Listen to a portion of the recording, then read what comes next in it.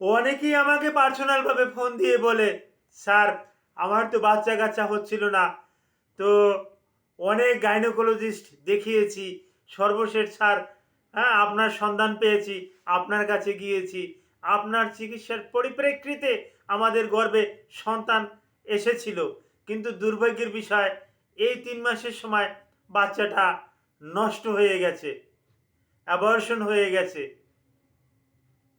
এরকমের অনেক রুগীতেই কিন্তু আমার কাছে ফোন করে বলে, স্যার বাচ্চাটা আর নেই, বাচ্চাটা নষ্ট হয়ে গেছে, পড়ে গেছে, নষ্ট হয়ে গেছে। এখন উদাহরণস্বরূপ কিছু কারণ আপনাদেরকে বলি। এই কারণগুলো যদি আপনি বুঝেন, তাহলে বাচ্চা কেন নষ্ট হচ্ছে, কি কারণে বাচ্চা নষ্ট হচ্ছে, কারণগুলো বুঝতে পারবেন। গর্ভের পুরো সময়টাকে কিন্তু আমরা 3টে ভাগে ডিভাইড করি। 1 থেকে 13 সপ্তাহ পর্যন্ত কিন্তু ফার্স্ট স্টেজে নিয়ে নেই।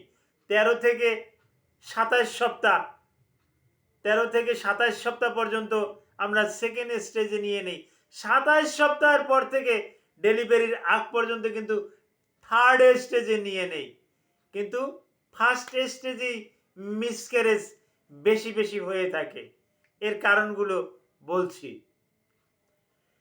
আসসালামু আলাইকুম রহমতুল্লাহি ওবারাকাতুহু। আমি ডাক্তার মীর শহীদুল ইসলাম। আমার চেম্বার শুভেচ্ছা 255, ঐতিহ্যবাহী শেখঘাট, সিলেট। গুগলে গিয়ে ডাক্তার মীর শহীদুল ইসলাম কথাটি লিখে সার্চ দিলে আপনি আমার সম্পর্কে বিস্তারিত তথ্য পেয়ে যাবেন।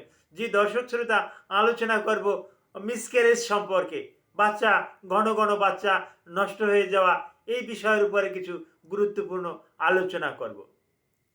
একটা উদাহরণের না টানলে নয়, যেমন ধান গম, যেমন ধান একটা পরিপক্ষ ধান, একটা মানে একটা হৃষ্টপুষ্ট একটা ধান আছে, অনুরূপ ধানের কিন্তু চিটেও আছে, কেউ কেউ চোচাও বলে। তো একটা ধান যদি রোপণ করা হয়, তো ওখান থেকে কিন্তু একটা ভালো একটা গাছ, ভালো একটা ধানের গাছ কিন্তু গজায়। কিন্তু ওখানে যদি একটা চিটেও রোপণ করা হয়, চিটে থেকেও কিন্তু প্রাথমিক পর্যায়ে কিন্তু একটা ধানের গাছ জন্মায়। অর্থাৎ দেখবেন যে মা খালারা ওই ধানের যে চিটে যেখানে ফেলে দেয়, ওখানে কিন্তু অনেক ধানের গাছ থাকে। এটা যারা গ্রামগঞ্জে থাকে তারা কিন্তু দেখে অনেক ধানের গাছ গজায়, কিন্তু ওখানে তো ওই ধান থেকে তো আর শস্য পাওয়া যায় না। অনুরূপ বিশেষ কারণে, বিশেষ করে মহিলাদের ডিম্বাণুতে যদি একটু ত্রুটি থাকে, অনুরূপ পুরুষের স্পাম বা শুক্রাণুতে যদি একটু ত্রুটি থাকে, এবং ওই স্পাম এবং ওই ডিম্ব যদি জাইগোট ঘটে, তাহলে কিন্তু একটু ত্রুটিপূর্ণ থেকেই গেল। আর এটা যখন জরায়ুতে আসে, জরায়ু কিন্তু এই ত্রুটিপূর্ণ জিনিস কিন্তু জরায়ু রাখে না।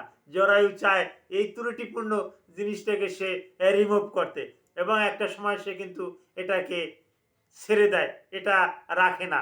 মায়োমেট্রিয়াম নামে যে একটা জরায়ুর জায়গা আছে, ও ক্যাচ করে মায়োমেট্রিয়ামে, কিন্তু এই দুর্বল দুর্বল গর্ভ এটা কিন্তু মায়োমেট্রিয়ামে ক্যাচ করে না, এ ছেড়ে দেয়।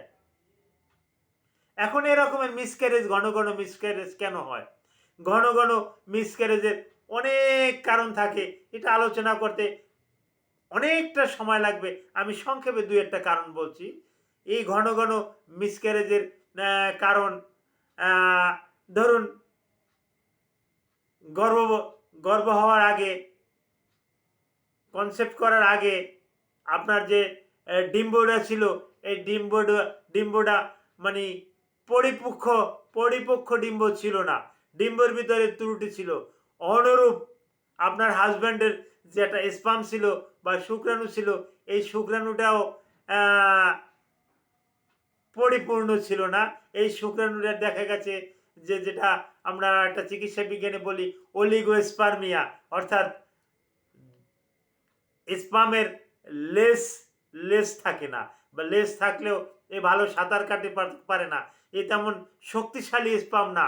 তো এই স্পাম দিয়ে যদি আপনার জাইগোট ঘটে, এটা কিন্তু ঠিক থাকে না। এটার দেখা যাচ্ছে গর্ভে সন্তান আসলেও হার্টবিট আসে না, সন্তানের হার্টবিট আসে না। একটা সময় মায়োমেট্রিয়াম